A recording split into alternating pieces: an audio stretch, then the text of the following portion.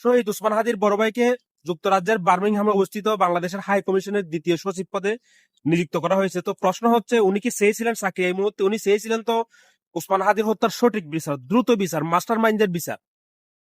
ওনাকে চাকরি দেওয়ার মধ্যে দিয়ে কি সরকার নিজের ব্যর্থতা ঢাকার চেষ্টা করেছে?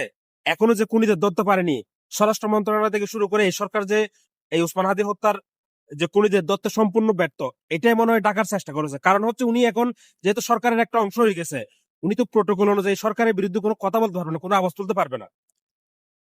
তো ওনার কাছে আসলে প্রশ্ন, আপনি চাকরিটা নেন, একটু পরে নেন। আপনার তো মার্শাল যোগ্যতা, আপনাকে যতটুকু দেখেছি আপনার মধ্যে মার্শাল অনেক যোগ্যতা আছে, হয়তো কতটুকু আছে জানি না, তবে যতটুকু দেখেছি তো আপনার তো এই মুহূর্তে আসলে চাকরিটা নেওয়ার দরকার ছিল না, আপনি না করে দিতেন। আর আমাদের বাংলাদেশে একটা প্রবণতা হচ্ছে, ওই যে কোনো কিছু করতে না পারলে বা একটা ঘটনা হয়েছে, ওই ঘটনা যদি সত্যতা প্রকাশ করতে না পারে বা সত্য উদ্ঘাটন করতে না পারে, তখন ওই ফ্যামিলি থেকে একজনকে চাকরি দেওয়া। এটা আসলে বাংলাদেশের নেচার, এখন না আগে থেকে।